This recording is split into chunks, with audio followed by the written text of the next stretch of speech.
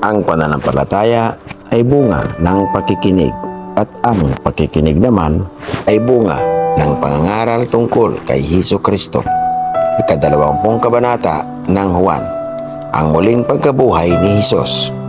Madilim-dilim pa ng unang araw ng Sanlinggo, pumunta si Maria Magdalena sa libingan. Naratnan niyang naalis na ang batong nakatakip sa libingan. Dahil dito, patakbo siyang pumunta kay Simon Pedro at sa alagad na mahal ni Hesus at sinabi sa kanila, Kinuha nila ang Panginoon mula sa libingan at hindi namin alam kung saan siya nilagay. Sina Pedro at ang nasabing alagad ay nagpunta sa libingan. Kapwa sila tumakbo, ngunit si Pedro na unahan nung isa. Yumuko ito at sumilip sa loob ng libingan, ngunit hindi pumasok. Nakita niyang nakalagay doon ang mga tilang lino. Nang dumating si Simon Pedro, tuloy-tuloy itong pumasok sa libingan at nakita nito ang mga tilang lino at ang panyong ibinalot sa ulo ni Hesus. Ang panyo ay hindi kasama ng mga tilang lino, kundi hiwalay na nakatiklop sa isang tabi. Pumasok din ang alagad na naunang dumating at nakita niya ito at siya ay naniwala.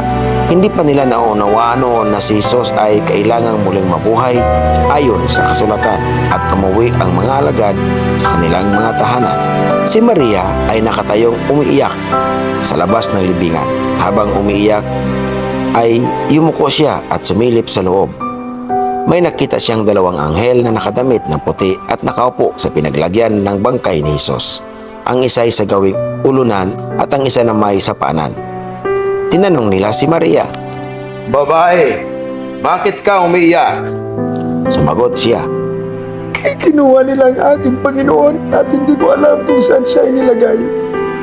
Pagkasabi nito ay napalingon siya at nakita niya si Hesus na nakatayo roon, ngunit hindi niya nakilalang si Hesus iyon. Tinanong siya ni Hesus, Babae, bakit ka umiiyak? Sino ang hinahanap mo? Akala ni Maria ay kausap niyang ang hardinero, kaya't sinabi niya, Ginoo, kung kayo po ang kumuha sa kanya, pakituro nga po ninyo sa akin kung saan ninyo siya inilagay at kukunin ko. Maria, sabi ni Hesus. Humarap siya at kanyang sinabi sa wikang Hebreo, Rabboni! nang ibig sabihin, Guro. Sabi ni Hesus, huwag mo akong hawakan sapagkat hindi pa ako nakakapunta sa Ama. Sa halip, pumunta ka sa aking mga kapatid at sabihin mo sa kanila na aakyat ako sa aking Ama at inyong Ama, sa aking Diyos at inyong Diyos. Kaya't si Maria Magdalena ay pumunta sa mga alagad at ibinalita sa kanila. Nakita ko ang Panginoon! At sinabi na rin niya sa kanila ang mga sinabi sa kanya ni Hesus. Kinagabihan ng araw ding iyon, na unang araw ng linggo, habang nakasara ang mga pinto ng bahay na kinaroroonan ng mga alagad, dahil sa takot nila sa mga Hudyo, dumating si Hesus. Tumayo siya sa kalagitnaan nila at sinabi, Sumainyo ang kapayapaan. Pagkasabi nito, ipinakita niya ang mga kamay at ang kanyang tagiliran.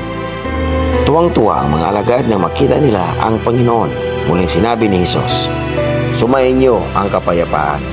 Kung paanong isinugo ako ng Ama, isinusugo ko rin kayo. Pagkatapos, sila'y hininghan niya at sinabi, Tanggapin ninyo ang Espiritu Santo. Kung patatawarin ninyo ang mga kasalanan ninuman, ay pinatawad na ang mga iyon. Subalit ang hindi ninyo patatawarin ay hindi nga pinatawad. Ngunit si Tomas na tinatawag na kambal at kabilang sa 12 ay wala roon nang dumating si Hesus. Kaya't sinabi sa kanya ng ibang mga alagad, Nakita namin ang Panginoon.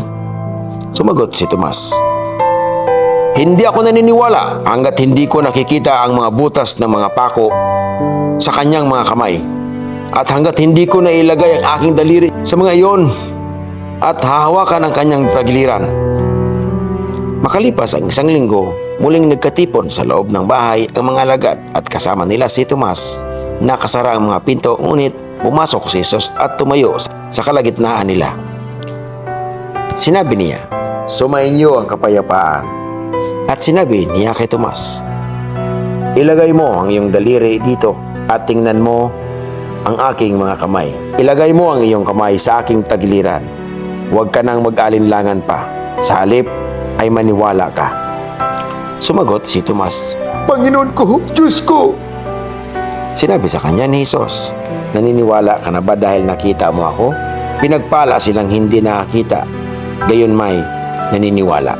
Marami pang mga himalang ginawa si Jesus na nasaksihan ng mga alagad na hindi nakasulat sa aklat na ito. Ngunit ang mga nakasulat dito ay sinulat upang kayo'y sumampalataya na si Jesus ang Kristo, ang anak ng Diyos, at sa pagsampalatayang iyon ay magkakaroon kayo ng buhay sa pamamagitan niya.